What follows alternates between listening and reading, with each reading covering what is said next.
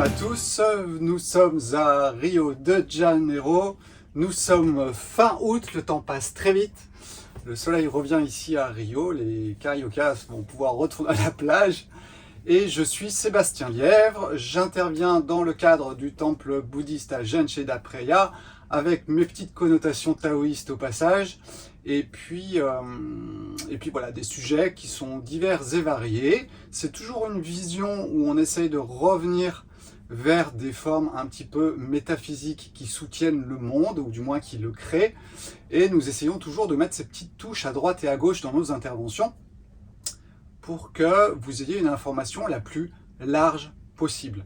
J'insiste, encore une fois, c'est une connaissance du monde, c'est une connaissance de mon monde, c'est ma vérité, puisque c'est moi qui observe les choses, qui vous les retransmet à travers mon individualité, c'est-à-dire ma façon à moi, ma programmation à moi de voir les choses, et je ne fais que retranscrire ce que j'observe, si possible sans jugement, et donc ça me permet d'avoir une vision relativement claire, sans bocal, autour de moi qui déforme les choses, même si mon individualité, bien sûr, va donner des couleurs aux mots que je vais choisir.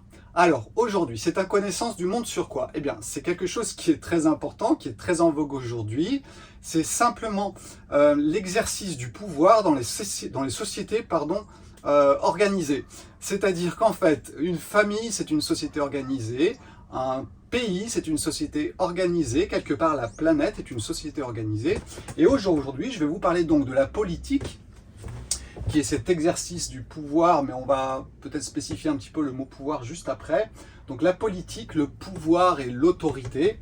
Je vais vous parler de la définition que je donne personnellement au pouvoir et à l'autorité, que je vais emprunter à Saint-Yves d'Alvèdre, parce que je pense que ce qu'il avait exprimé entre pouvoir et autorité est très juste et me correspond aussi très bien. Je vais y rajouter mes propres mots pour que vous puissiez bien voir la différence entre l'un et l'autre. Il y en a un yin, il y en a un yang, bien sûr, et ce ne sont que les deux faces de la même pièce, c'est-à-dire la façon, quelque part, d'influencer autrui, soit de façon avec la force, soit de façon spontanée, avec l'autorité naturelle et spontanée. Donc je vais vous expliquer un petit peu ça, on va commencer par ça, et ensuite nous allons partir un petit peu et parler un petit peu de la synarchie, puisque on est bien dans la politique, c'est une façon d'exercer la politique ensemble. Synarchie, syn, ça veut dire ensemble, le pouvoir, enfin gouverner ensemble, et la façon dont on a de vous la présenter dans ce temple bouddhiste, avec des idées qui sont inspirées de Saint-Yves d'Alvèdre, mais pas basées sur ce qu'il a exprimé. J'ai relu un petit peu ce qu'il exprimait, et on retrouve beaucoup plus des choses très basiques, rien de nouveau, rien de neuf sous le soleil. C'est des choses qui ont été vécues il y a très longtemps, à l'époque des pharaons, à l'époque des empereurs un petit peu plus récentes ou des rois, mais c'était une façon de quadriller la population en 4 castes, 4 éléments, l'eau, la terre, le feu et l'air. Eh bien, c'est la même chose. Ce qui est dans le grand et dans le petit, et notre façon d'exprimer ce que pourrait être une gouvernance ensemble, me semble très juste quand on revient à des choses très traditionnelles. Et j'avoue que j'affectionne plus particulièrement ce mode de fonctionnement qui correspond à mon mode de pensée et de raison. Et je dirais que voilà, c'est pour ça que je vais reparler un petit peu de cette synarchie, mais surtout nous allons l'utiliser à bon escient en regardant notre propre vie. Parce que ce qui se passe dans le grand se passe dans le petit. Ça veut dire quoi? Ça veut dire que ce qui se passe au niveau du monde, où vous avez une tyrannie, où vous avez une oligarchie, et bien quelque part ça se passe aussi en vous. Ça se passe en vous, avec ces 4 éléments qui sont à l'intérieur de vous, qui vont jouer à l'intérieur de vous. Ça se passe dans votre famille, parce que c'est là que vous allez pouvoir voir quel élément joue dans votre vie, puisque votre famille, c'est votre gouvernance quelque part, c'est votre pays. Et c'est votre façon de le gouverner. Donc nous allons voir un petit peu tout ça. Et du coup, on va pouvoir faire des parallèles entre le grand et le petit en permanence. C'est-à-dire que je vais m'amuser à aller voir des choses comme si on parle de Sparte, par exemple, et puis de voir comment moi, Sébastien, effectivement, j'ai joué aux Spartiates avec mes enfants, parce que ma façon de, je dirais, diriger ma famille a quand même été basée beaucoup sur la timocratie. Je vais vous expliquer un petit peu ce que c'est. Bien sûr que là, nous sommes dans des déséquilibres, c'est-à-dire que quand il y a trop de quelque chose, et nous allons donc parler de la timocratie, de l'oligarchie, de la démocratie, de la tyrannie. Là, nous allons sur la République de Platon, parce que je pense qu'il avait beaucoup réfléchi à tout ça, et sa vision, même si elle est ancienne, on est à moins 400, moins 500 avant Jésus-Christ, eh bien, elle est encore d'actualité aujourd'hui, parce que les sociétés n'ont pas changé, les couleurs changent un petit peu, c'est sûr qu'il n'y avait pas un téléphone portable, mais il y avait d'autres modes de communication, et c'est juste que, voilà, Platon a posé des bonnes bases, et moi, j'adhère totalement avec sa façon de voir les choses. Et quelque part, nous allons le faire coller à notre vie d'aujourd'hui, et voire même à nous-mêmes, puisque quelque part, nous sommes une micro-société avec à l'intérieur de nous de l'eau, du feu, de l'air, et puis la terre, qui vont correspondre, vous allez voir un petit peu ce qu'on explique dans la synarchie, à ces phénomènes un petit peu de caste. Alors, montez pas sur vos grands chevaux, n'hurlez pas à l'hérésie, il n'y a rien à faire. Vous prenez une société d'abeilles, vous prenez une société de fourmis, vous prenez une société d'éléments organisés, eh bien, ils ont un mode de fonctionnement avec chacun des aptitudes bien spécifiques. Ce n'est pas bien, ce n'est pas mal, c'est juste un fait, et j'insiste, je parle des faits. Et nos sociétés sont organisées exactement de la même façon.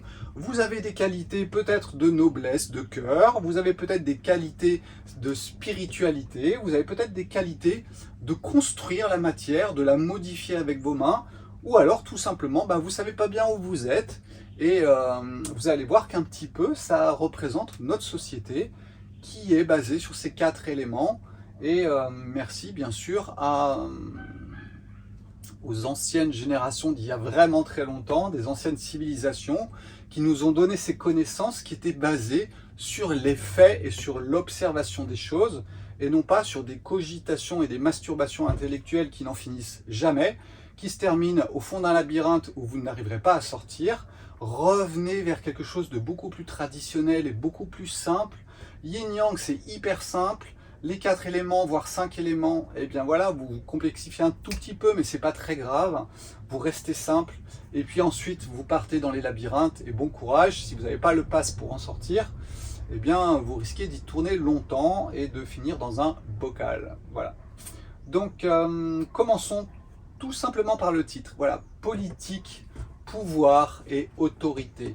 Donc c'est vraiment ce qui se passe à l'heure actuelle. Nous avons le nez dans la matière. Ça, je vous l'explique par rapport à l'énergie qui nous entoure, l'impact qu'elle crée dans nos sociétés, dans notre façon de fonctionner, même à l'intérieur de nous-mêmes. La société, c'est nous.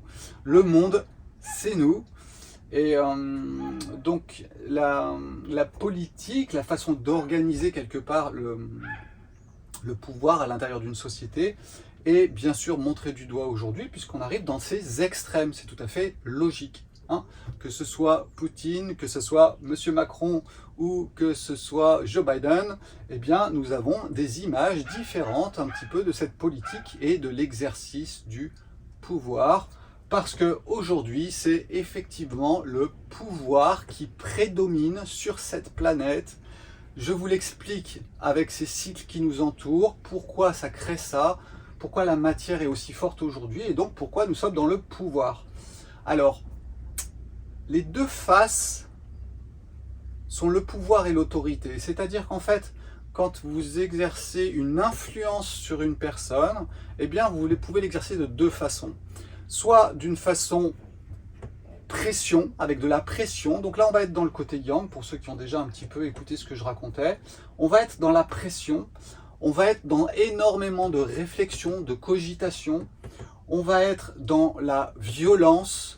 On va utiliser la peur et bien sûr c'est l'ego qui prédomine. Donc quand on exerce la politique avec des formes de pouvoir, eh bien nous sommes dans une forme d'ego. Donc quand nous sommes dans une société où l'ego est poussé à 100%, c'est bien sûr le pouvoir qui prédomine, et c'est le pouvoir qui prédomine chez vous, c'est-à-dire que c'est votre ego qui vous dirige, et c'est aussi, je dirais, l'ego bien sûr qui est derrière tout ça, puisque c'est lui qui se prend pour Dieu. Et puis vous avez l'autorité. Alors là nous passons du côté, je dirais, inverse de l'ego, votre face Bouddha si vous voulez, un côté beaucoup plus spirituel, mais qui va être lié à la sagesse, à la spontanéité, puisqu'en fait c'est quelque chose qui va traverser votre ego, en prendre juste ses couleurs, mais pas en prendre les déformations, si je peux dire. L'ego, il a le droit d'exister, je le répète encore, c'est ce qui va donner vos couleurs. Donc c'est génial d'avoir un ego. Par contre, c'est quand il prend le pouvoir que là, on a un problème, et qu'il va utiliser la pression, la violence, la réflexion, l'hyper-réflexion. C'est pour ça que je vous incite toujours à revenir à la simplicité, parce que c'est là où l'ego ne peut pas, ou très peu, exercer de pouvoir. C'est pour ça que c'est important. Donc cette autorité, elle va être basée sur la simplicité, elle va être basée sur la sagesse. Donc cette notion de sagesse, j'avais fait aussi une vidéo par rapport à tout ça. C'est notre champ d'expérience qui a augmenté. C'est pour ça que ça arrive normalement plutôt sur un âge un peu plus avancé, quand on a vu plein d'expériences. Du coup, on a pu voir plein de vérités, et on approche d'une vérité absolue. C'était le sujet de la vidéo d'il y a quelques jours, où je vous parlais des vérités et de la vérité absolue qui n'existe pas dans un phrasé, puisqu'en fait elle va regrouper toutes les vérités. C'est pour ça que quand vous avez la sagesse, vous avez l'expérience de toutes les vérités, si vous avez bien voulu les voir, et puis du coup vous entrez vous êtes plus proche d'une vérité absolue, donc de votre nature Bouddha, qui a certains, je dirais, avantages, et vous êtes dans la spontanéité. Et là, vous allez exercer une autorité qui n'est pas volontaire, qui n'est pas avec la force. C'est juste une volonté, allez, on va faire un petit peu bisounours, mais une volonté d'amour, dans le sens où il y a la compassion en vous, et donc vous pouvez voir la vérité de chaque chose sous tous ses angles, et vous pouvez, quand vous allez vous exprimer une certaine autorité, dans le sens où vous allez pouvoir influencer l'autre, non pas parce que vous voulez l'influencer, mais simplement le fait que d'exprimer quelque chose à travers votre sagesse exerce une autorité morale quelque part, qui va aller vers, effectivement, je dirais, le côté féminin, puisque là vous avez le côté masculin qui est du côté du pouvoir, le yang, la matière, et le côté féminin qui est beaucoup plus dans la souplesse, et puis dans l'ouverture, le fait d'embrasser tout, c'est le côté yin, c'est le côté féminin. Donc il n'y a pas de bien ou il n'y a pas de mal, il y a juste de la construction ou de la destruction, il y a de la pression ou de l'expansion, il y a prendre dans ses bras et repousser l'autre. Voilà, tout ça, c'est un jeu entre ces deux forces qui animent toutes les choses. Bienvenue dans le monde du taoïsme, où en fait nous allons parler de deux faces de quelque chose. Et je pensais qu'il était important de commencer tout ça par le pouvoir et l'autorité. Et là, vous allez comprendre comment dans une société organisée de façon morale, où la connaissance est en place. Je vous rappelle que la connaissance, c'est très important dans le bouddhisme, puisque c'est ce qui permet de sortir du samsara, où nous bouclons sur le désir, la passion, la répulsion, et où nous laissons évidemment quelques plumes au passage. Un petit coucou au coq ou au paon qui est représenté dans le samsara. Donc voilà, c'était vraiment pour poser les choses et que vous puissiez vous regarder. C'est-à-dire que vous pouvez bien sûr regarder le monde, mais il y a un moment où il faut arriver à pouvoir essayer de se regarder soi. Et se regarder soi, c'est regarder le monde. Si vous arrivez à accepter ce que vous êtes dans votre pouvoir ou votre autorité, eh bien vous verrez que votre acceptation du monde va changer aussi. vous enclenchez un système de modification si l'observation de vous-même prend un rôle relativement important. Et puis vous allez voir qu'il y a des choses qui se passent de façon spontanée, bien sûr, si c'est votre moment. Et ça, j'insiste toujours, il y a toujours un moment pour chaque chose. Des fois, c'est pas le moment. Et ben tant pis, il faut attendre. C'est ce qu'on appelle la patience. Et la patience ayant bien sûr des limites aussi. Ça, on n'y peut rien. Donc voilà, la synarchie, ça serait une façon où toutes les choses sont bien posées et à leur place. C'est-à-dire que chacun peut avoir trouvé ou pas son individualité et comment l'exprimer à l'intérieur d'une société. Cette société va ensuite s'organiser. Elle a besoin donc de ce pouvoir quelque part politique qui est l'organisation d'une société. Mais si vous avez bien compris, nous allons jouer avec l'autorité et non pas avec le pouvoir quand je parle de synarchie. C'est-à-dire que dans chaque caste, dont je vais vous parler juste après, eh bien, qui correspondent quelque part à des qualités fortes dans une personne, en sachant que parfois on peut être entre deux, hein, c'est possible aussi. Et l'important c'est de comprendre que quand une synarchie fonctionne bien, c'est que toutes les personnes sont au bon endroit, au bon moment, et exercent une autorité, si elles sont en charge d'une autorité, qui est juste, basée sur la raison et sur la connaissance. Donc on ne va pas mettre un enfant de 13 ans sur un poste d'autorité parce que ça ne collera pas. Alors moi j'aime bien ces 3 niveaux qui sont donnés généralement dans les castes, ça me convient très bien, c'est ce qu'on retrouve chez les ouvriers de France par exemple, où vous avez l'apprenti, le maître, et puis vous avez voilà, ces 3 niveaux qui sont là, et j'avoue que ça correspond plutôt bien, je trouve, à des différents états que l'on peut passer, des étapes que l'on passe, hein, comme l'enfant, l'adulte, l'adolescent. Ben voilà, il y a des étapes aussi, je pense, au niveau de notre connaissance, au niveau de notre intégration du monde, et on va le retrouver bien sûr dans chacune des castes, c'est-à-dire que je vais vous les rappeler, hein. C'est parti, on commence. Vous avez par exemple la noblesse. La noblesse, c'est quoi? C'est la noblesse du cœur. C'est-à-dire c'est celui qui a beaucoup de compassion pour l'autre, qui est prêt à aider l'autre et à l'aider, à gérer, à l'aider en le défendant. Donc c'est là que vous allez retrouver eh bien, le côté militaire des choses, le côté gestionnaire politique aussi quelque part d'une certaine façon, et le fait de défendre et de gérer un petit peu je dirais, les biens des autres, puisque justement, vous avez cette noblesse du cœur qui vous empêche de profiter du bien de l'autre. Donc la caste de la noblesse, elle a le droit d'exister, et ne la confondons pas ensuite avec d'autres choses, qui est une classe de noblesse déviée, qui elle ne fait que vouloir prendre ce qui appartient aux autres de par sa position, à travers sûrement les lignées, et c'est un petit peu ce qui s'est produit à l'heure actuelle. Vous avez l'autre caste qui est à côté, c'est la caste du clergé. Donc là, vous êtes dans la connaissance, vous êtes dans le lien entre le haut et le bas, et cette connaissance. Donc, c'est tout ce qui va être le système médical, le système spirituel. C'est cette caste qui est là. Si vous êtes un thérapeute, donc il y a beaucoup de chances que vous ayez quand même un grand pied dans cet endroit-là.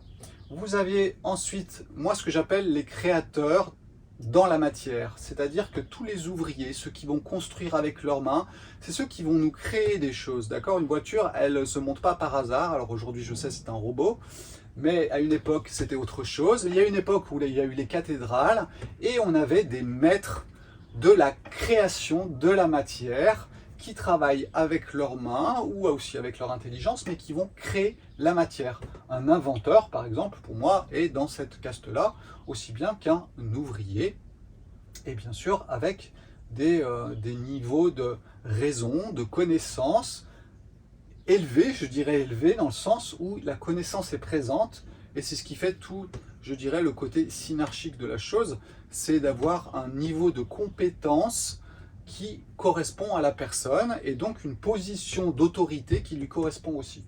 J'insiste sur ça parce que pour moi c'est vraiment important, et c'est primordial dans la création de l'exercice d'un pouvoir dans une société, c'est que si en positions qui sont élevées, on n'a pas quelqu'un qui a les compétences et l'autorité naturelle, dans le sens où acquise de par son expérience, parce qu'une autorité naturelle, ça peut commencer à se discuter, puisqu'en fait vous voyez que c'est aussi votre sagesse qui la crée.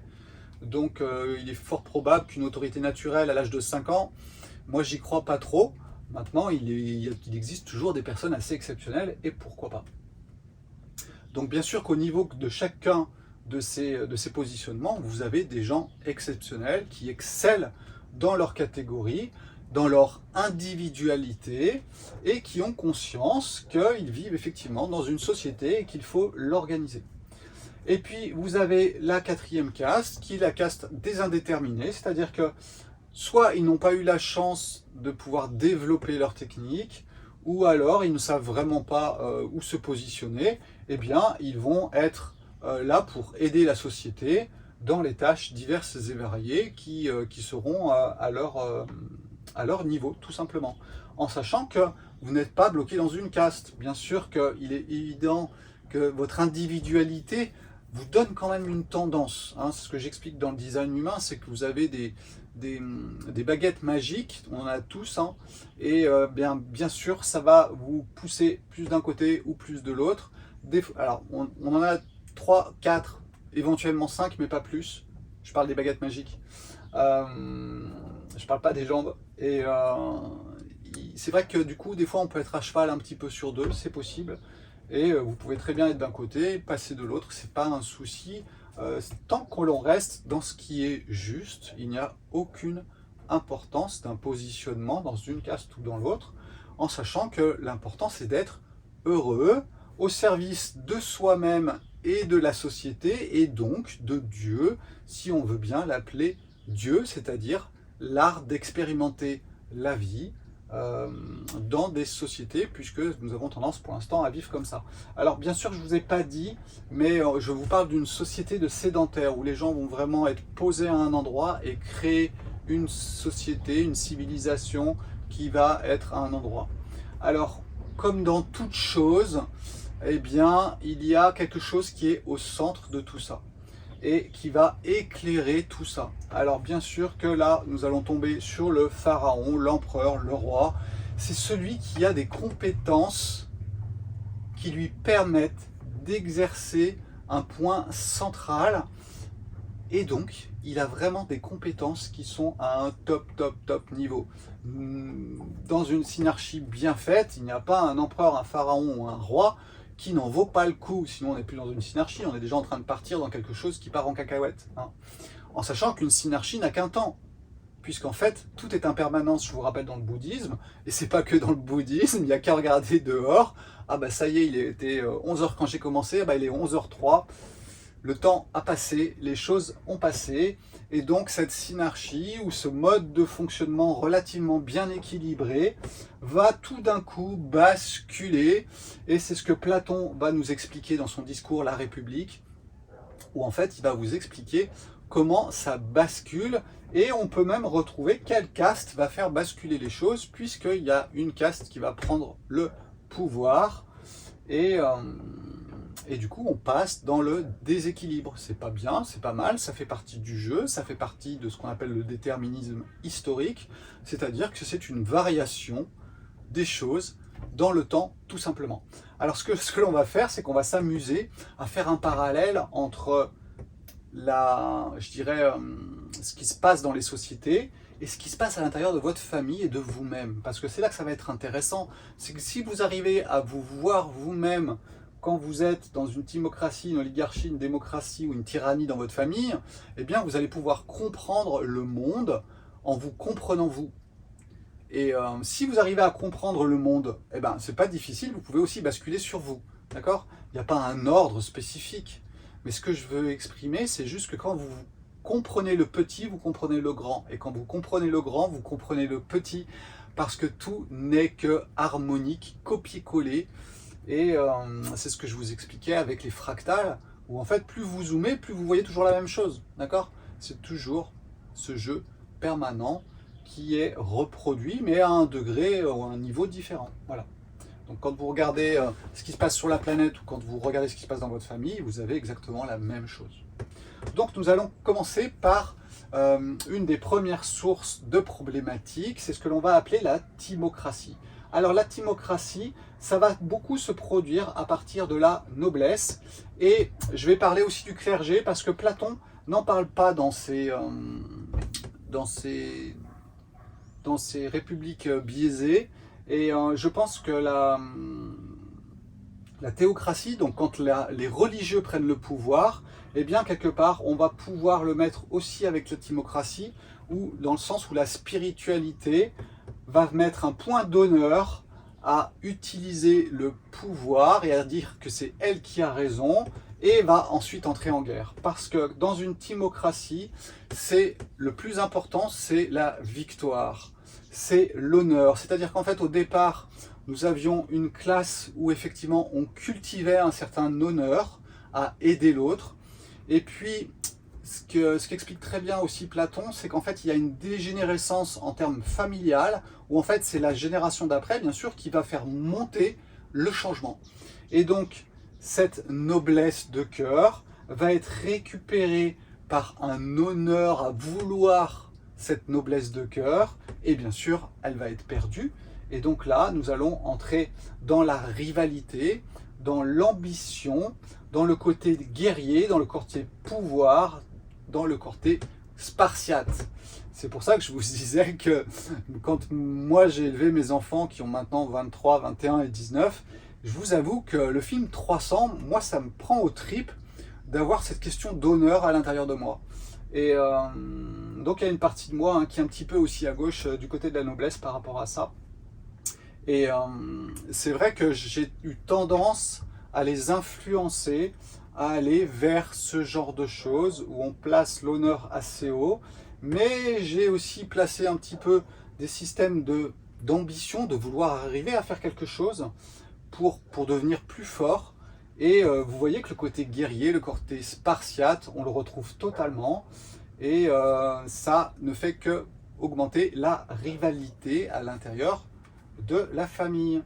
Donc si vous avez ces mots-là qui reviennent à vos oreilles, l'ambition, la rivalité, le pouvoir, l'honneur et la victoire, eh bien vous êtes en train de faire une petite famille version timocratie, où tout ça va se mettre en place, où du coup la noblesse de cœur va être remplacée par l'ignominie, ignoble, dans le sens où eh bien tout simplement vous allez vouloir vous accaparer bien par la victoire ce que possède l'autre, et vous allez finir bien sûr par perdre votre cœur dans tout ça. Donc ça, c'était la façon de le voir dans votre famille, mais vous pouvez le voir en vous aussi, dans le sens où si vous vous poussez, vous avez la rivalité, vous voulez toujours gagner, vous voulez avoir les honneurs, vous voulez avoir ce pouvoir, et bien vous êtes dans le côté spartiate, vous êtes dans le côté timocratie à l'intérieur de vous-même, parce que c'est cette caste-là qui domine à l'intérieur de vous-même, c'est l'énergie du feu, puisque c'est l'énergie du feu qui est reliée à la noblesse. Ensuite, alors que va-t-il se passer? Il y a une autre possibilité aussi, c'est ce qu'on appelle l'oligarchie. Alors l'oligarchie, c'est pas la noblesse de par l'honneur, la victoire qui prend le dessus, c'est simplement ceux qui sont les plus riches, qui vont vouloir être encore plus riches. Et donc, pour être plus riche, il faut prendre le pouvoir. Et c'est exactement ce qui va se passer dans une oligarchie, où en fait la richesse donne le pouvoir. Dans le cas de la timocratie, c'était vraiment cette recherche de l'honneur qui donnait le pouvoir. Dans l'oligarchie, on est vraiment dans une recherche de l'argent et de posséder l'autre. Et bien sûr, c'est pour ça que nous allons retrouver tout ce qui est le négoce, puisque tout ce qui est achat et vente est un moyen de faire l'argent. Et donc, vous allez tomber dans l'oligarchie, où ce sont ceux qui font le trafic de l'argent, quelque part, qui prédomine, le système bancaire, par exemple. Et vous allez tomber dans l'avidité, dans l'avarice et dans le gain. Donc, comprenez bien une chose, si dans votre famille, vous avez une prédominance à vouloir vous approprier ce qui appartient à l'autre, à ne pas vouloir donner forcément votre argent à l'autre et comprendre que l'argent, en fait, c'est quelque chose qui circule, qui rentre et qui sort. C'est la vie qui le fait. C'est un mouvement, c'est un cycle, et non pas vous l'approprier tout simplement et ne pas laisser la vie faire les choses. Et donc, l'appât du gain, c'est-à-dire, bien sûr, essayer d'amasser le maximum. Jouer au Monopoly et vous allez voir qui est l'oligarque de la famille, et ça sera très amusant. Alors bien sûr qu'à votre niveau à vous, vous pouvez voir aussi comment vous vous positionnez. Est-ce que vous avez besoin de posséder ce que possède l'autre? Est-ce que vous avez besoin de gagner plus? Eh bien, vous êtes dans un processus à l'intérieur de vous où l'oligarchie prédomine à être le plus riche et à avoir le pouvoir. Ensuite, nous avons la démocratie. Alors la démocratie, c'est le pouvoir qui est donné au peuple. C'est-à-dire que le peuple, on a eu marre quelque part que les riches aient tout, et il va se soulever. Et vu qu'il va se soulever, on va passer par la voie des armes. Et on entre dans la démocratie par la prise, par la violence, par les armes du pouvoir à nouveau. Et donc c'est le peuple qui est pauvre qui prend le pouvoir. Et il va prendre le pouvoir par la crainte, il va couper les têtes, etc.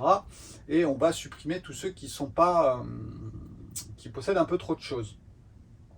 Donc cette démocratie, elle est liée à des mots qui sont particuliers, qui va être l'excès. Parce que cette démocratie, elle va prôner la liberté et l'égalité. Vous pensez bien que si vous êtes pauvre, vous avez envie que d'une chose, c'est de prôner l'égalité. Eh bien, quand vous prônez l'égalité, vous êtes dans une démocratie. Alors au début, ça fonctionne plutôt bien, puisqu'en fait, on essaye de mettre à peu près tout le monde à plat, mais il faut bien se rendre compte que ce modèle-là est un modèle utopiste, dans le sens où nous ne sommes pas tous égaux. Il y a des personnes qui ont plus de noblesse, il y a des gens qui ont plus de capacité à toucher la spiritualité, des personnes qui nous font des superbes meubles magnifiques parce qu'ils ont cette capacité-là. Et donc c'est vrai que vouloir une égalité sur tous les plans, ce qui est souvent le cas, n'est pas possible. Voilà. Et aujourd'hui, voilà, on a un petit mélange d'oligarchie, de démocratie, voire de tyrannie qui commence à pointer son nez, parce que tout simplement, tout ça, l'excès, on va avoir une perte de la morale, il y a la passion qui est poussée à son maximum, l'appétit de vivre, de profiter des choses, et tout ça va mener à une anarchie, puisque chacun va prendre sa liberté, et il n'y aura plus de direction, je dirais, qui est donnée de façon morale et avec une autorité au-dessus. Donc ça devient l'anarchie. La démocratie finit en anarchie. Et puis, une fois que l'anarchie est sortie, tout le monde commence un petit peu à avoir peur. Donc on se dit, il faut qu'on trouve une solution. Et la solution va être trouvée aussi bien par les pauvres que par les riches, parce que du coup, les deux se retrouvent en instabilité. Et nous allons trouver une personne qui se présente comme le sauveur. C'est lui qui va rétablir le pouvoir plus que l'autorité, puisque nous sommes quand même dans une déviance, donc on n'est pas dans une forme d'autorité juste, on est dans une forme de pouvoir.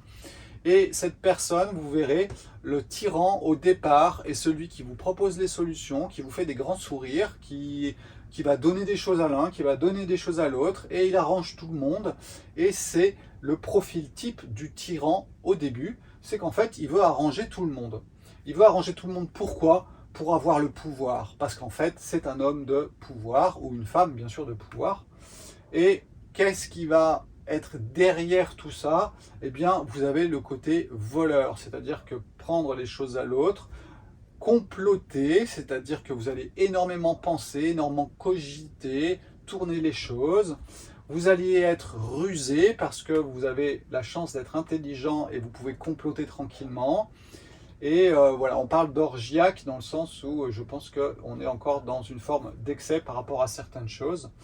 Mais voilà, si il y a aussi, pardon, et c'est là que je l'ai noté là, le désir d'ignorance, c'est-à-dire qu'il vaut mieux tout oublier, hein, et puis pas repartir sur, en clair, oublier toutes les religions et en créer une nouvelle. C'est exactement ce qui va nous être proposé, et c'est vraiment retomber dans une forme d'ignorance par rapport à tout ça, et c'est exactement ce cas-là.